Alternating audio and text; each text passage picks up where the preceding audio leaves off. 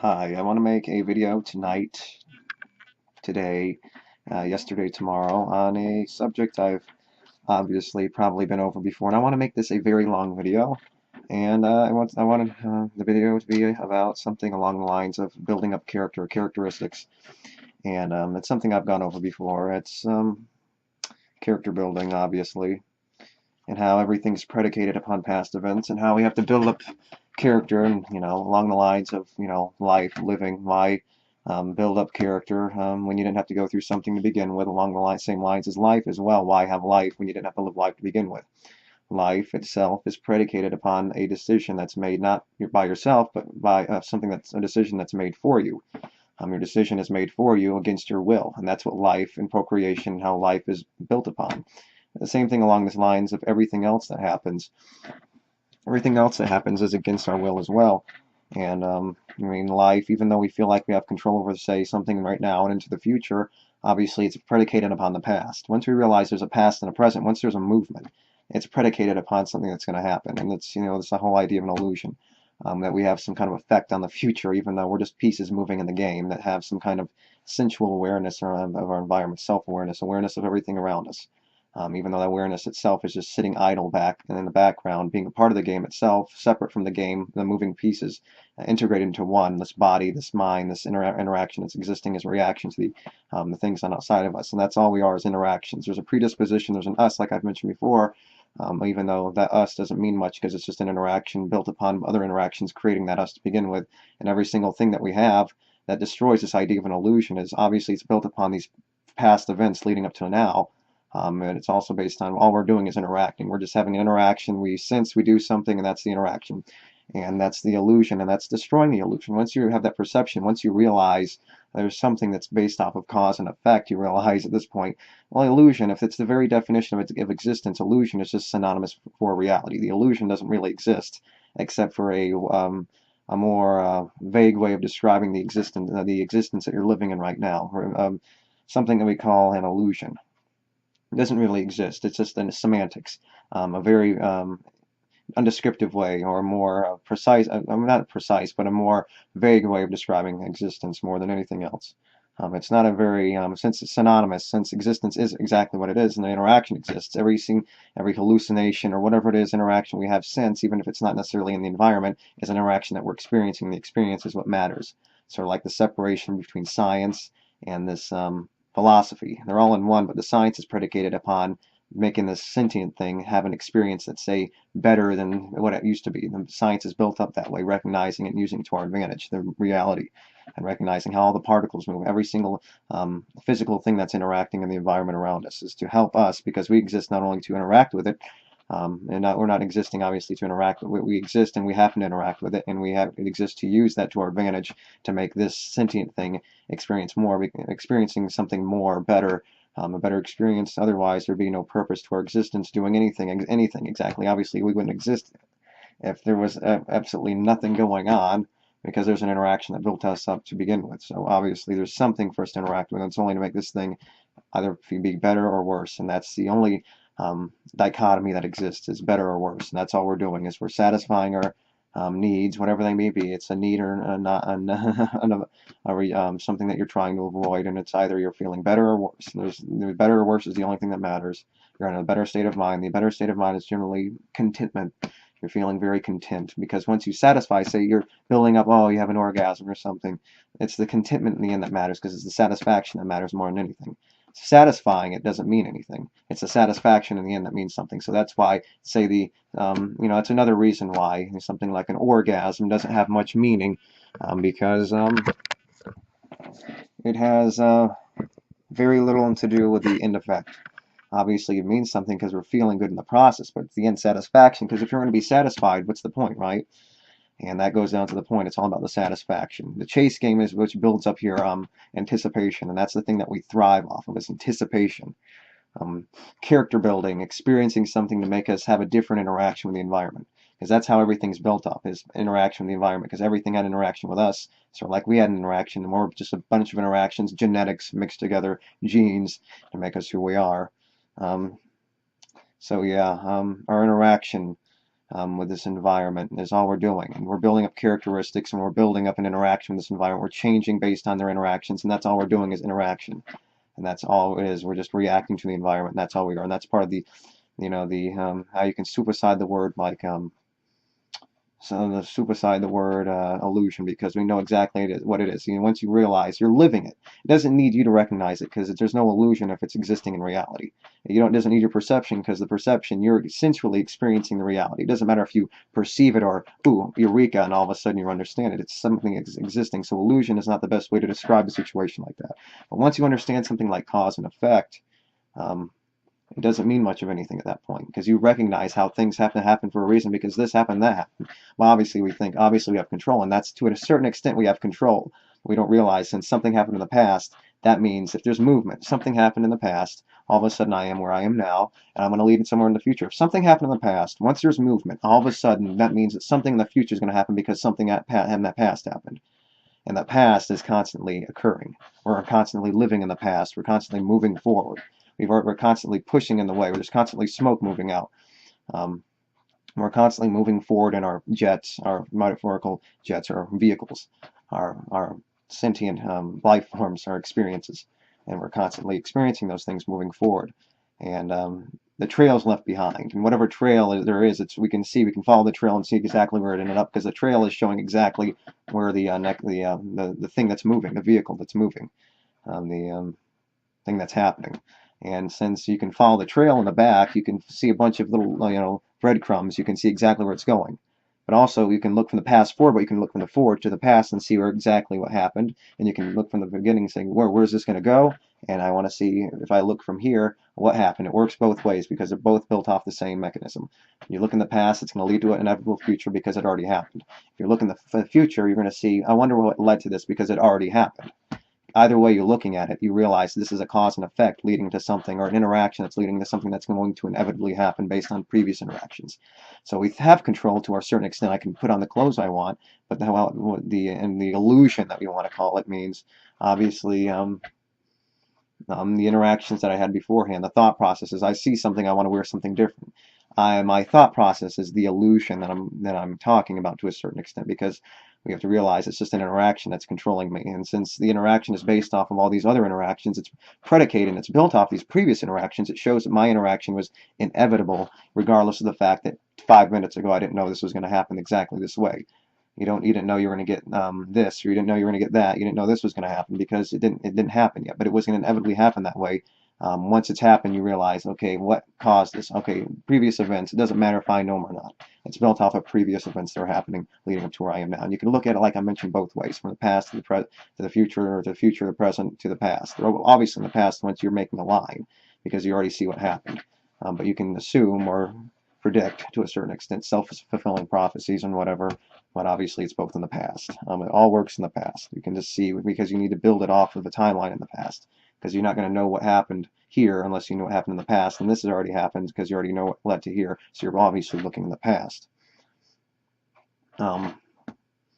So yeah, this illusion thing, obviously, it's built on a past events. Once you understand that cause and effect, and obviously the meaning is, the illusion idea means nothing, because it's not a real illusion once you realize, because you're living the experience. It doesn't need you to have that thought process where you're exactly understanding, because you're all understanding to a certain extent, subconsciously, because you're existing it, you're sensing it. But your conscious, or your thought process recognition of the past events leading up to now doesn't mean much of anything, because you're living it. And the fact that you're living it shows that it's exactly what happens. And leading into the future, obviously, once it happens, it's going to happen a certain way, regardless of what I think is going to happen, because my thought process, like anything else leading up from the past, is something that was built upon previous events that are leading up to now.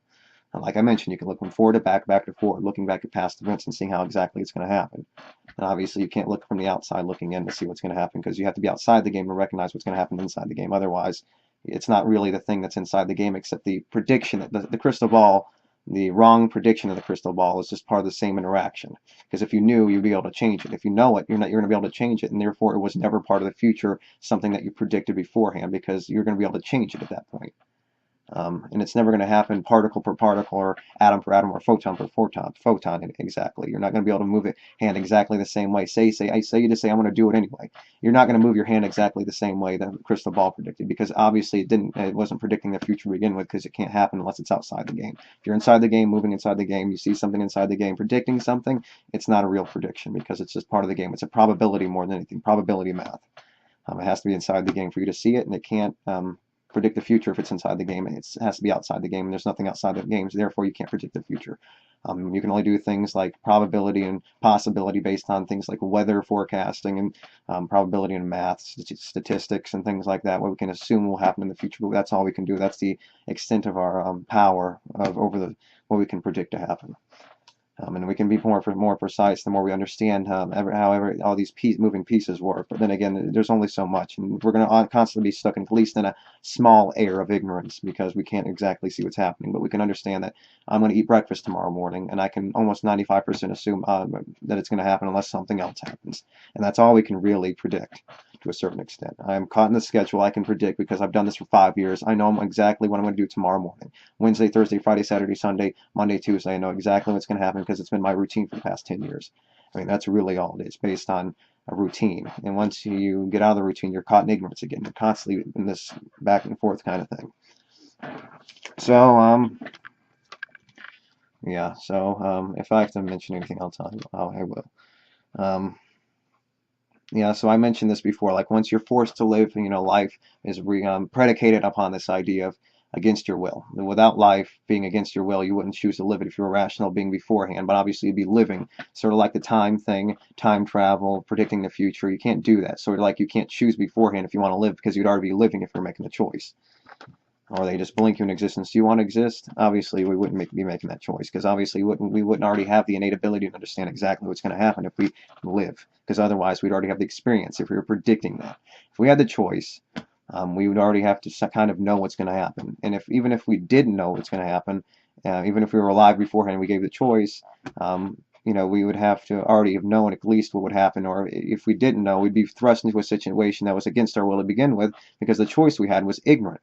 So if the choice we had beforehand was ignorant, if we were asked before we were born, say through hypothetically speaking, then obviously it'd still be against our will if we didn't know enough. And if we already knew enough, we already had been to the expense and the disposal of the existence in the deprivation game. So we'd already have to have knowledge, or we'd be ignorant to begin with. So the choice beforehand wouldn't work either. So it wouldn't work that way as well. So, like this character building thing, why build up characteristics or character when you have to build up life to begin with? Existing to begin with, why do this if you didn't have to exist to begin with? Yeah, it's predicated upon enduring experiences and doing those kinds of things, and building up character for to what end? So that you can experiencing something less suffering or deprivation or pain in the future. I mean, that's all we're doing. The more character we build up, the more we're avoiding further character building in the future. So you're building up character to avoid character building up in the future. So you reach some kind of dead end so you can avoid character building. But why have it? It's reaching a dead end anyway, so why even character build to begin with? But you have to character build once you're existing, because you're an existing being that's character building somehow, somewhere, some way, unless you're a vegetable. But then again, you're just dead at that point. So it's one of those things where it's a non-starter. Life's a non-starter. And it works against, it has to function against your will. It doesn't work, you build up character, it's a constant contradiction. It's either you do this and reach a dead end eventually, or you just not exist to begin with. So it's reach a dead end, exist against your will and reach a dead end, and that's really life's existence. So you're, like the thing I mentioned before, it's about the chase more than anything. That creates your anticipation. Without this anticipation, we have nothing to build up. It's about building up deprivation so that we can satisfy it in a more gratifying manner, but it usually takes more deprivation to satisfy something all the more. And without that, you're not going to have anything. And it can't work any other way, because that's the way life's built on. So it's a constant battle, and you're never going to constantly build up your deprivation, because you're always going to be in a negative. Somewhere, individual circumstance, you can't apply a number, but in life in general, whatever the whole game is, and in your life and individually, there's a number and there's a value there that's existing, regardless of the numbers not being able to see. It's like an RPG game where the numbers keep on constantly going down. You lost this many health, but you gain back this many health. But you never reach the max health, because guess what? Even if you reach 569 out of 569 HP, you're not going to reach the full HP in the end, because the full HP in the end is constantly because you're going to keep on going up in HP and you're never going to reach an end. It's sort of like a non-ending, constantly changing, where you can constantly level up or whatever. You're never going to reach the top. If that makes sense, if that wasn't a good enough analogy, you're never going to reach that zero sum where you're going to finally reach what you're satisfied with. Because games, it's built upon whatever game it may be, winning and constantly gratifying something, constantly. I mean, like a video game. Say you're playing a shooting game or something. You play the game, you get through the game, you experience it for what reason? You didn't have to experience it. Games, things like that, are building problems of their own. Okay, I need something to satisfy my time. Let me go through a problem I didn't need to begin with. Let me play this game and shoot these people to satisfy my desire that I'm obviously empty to begin with. I'm satisfying a desire, but I'm going through a deprivation of playing this satisfaction to satisfy my desire. I had to begin with my boredom, and I'm satisfying with my, preoccupying my time by going through another deprivation to preoccupy my time. And without that, obviously, we wouldn't have anything. But it's predicated. You go through the game. You're just getting, let's say, like you're getting a new weapon or something, right? You're getting a new weapon so that you can shoot more people or whatever it is. I mean, just using this as a vague example. You get another gun, that's what you're looking forward to. You just do it to shoot more people, and you shoot more people to get another gun. I mean, that's what life is. It's about the chase. It's about I can't wait to get the other weapon. I can't wait to get the other thing. I mean, that's really all we're doing. We're chasing, we're anticipating, we get it. Okay, now what? I can't wait.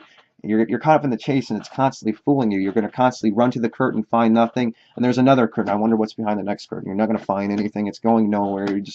You're looking into space. It's dust in the wind. You're wondering what the fuck's going on. You're staring at the moon. You get a little gooey feeling. Now what? You're going to finger your ass. There's nothing else to do. It's nothing. Oh, I'm pretty. You look in the mirror and you're satisfied. Oh yes. Now what? You're pretty. Now what? What are you going to do with the pretty? You get laid because you're pretty. Okay, now what? You got laid, now what? You're satisfying a desire, you just satisfy it again. You satisfy the desire to want to anticipate it again, only to have to satisfy it again. That's all we're doing. We're satisfying it to anticipate it again, to satisfy, to not be satisfied anymore, to want to satisfy it again. That's all we're doing. That's all we're ever going to do. Life is a game not worth playing, and life can't work any other way. Life cannot function any other way, because life is predicated upon all the events that happen to lead up to our existence. And I would say it's one and one, and life cannot function any other way. There's not aliens. If life were going to appear any other way, it would probably be in the same circumstances as ours. They'd be exactly like us. Maybe not the exact society, but under the same circumstances. But to a certain extent, you'd have to expect it to be the same exact circumstances. I mean, it'd have to be so far away that have to be the exact same circumstances. There's not going to be aliens with 3 eyes on their head. Life has to be, up until the initial stages of evolution, would have to be in the exact same way, function. The dinosaurs can be ruling on their planet, but to a certain extent you can understand that it has to function the same way, because life can only exist in, say, one particular way, which is, say, humans, or in whatever it may be. Whatever you want to call it. Yes, it functions in the same way, one to one. It has to happen in the same circumstances, at least very similar circumstances, now leading to something like us in the end. So, yes. So yeah, character building, what's the point? You're satisfying. Okay, I'm going to eat. Okay, I'm full. Okay, yes, I'm hungry. Yes, yes. I mean, if you think about it for a minute, you realize when you're eating, all you're doing is just chewing food, and a very mechanical process, swallowing it. Ooh, okay, now what?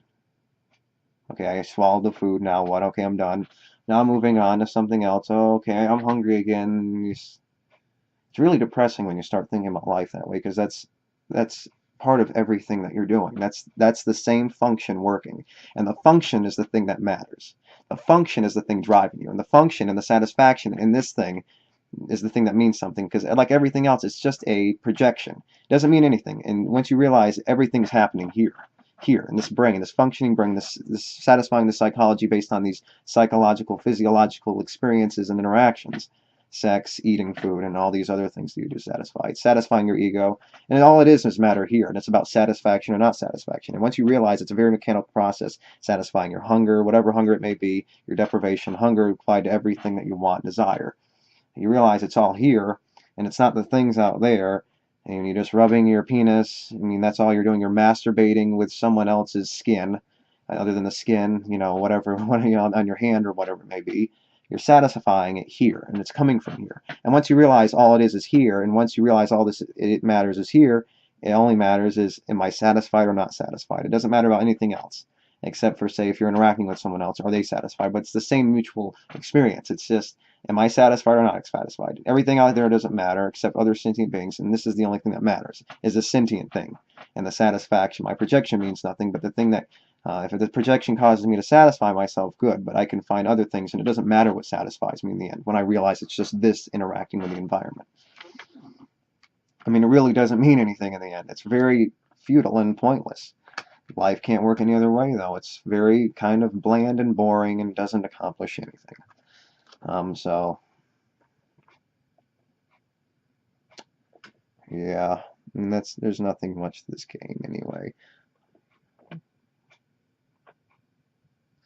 Yeah, so if I have anything else to add, I can add another video. I'm just trying to read my notes here. I can't really read them. So anyway, I don't want to make this video too much longer. So if I have anything else on the subject, obviously, like I've mentioned before, I'll mention it in another video. So thank you, and until next time, have a good night. Goodbye.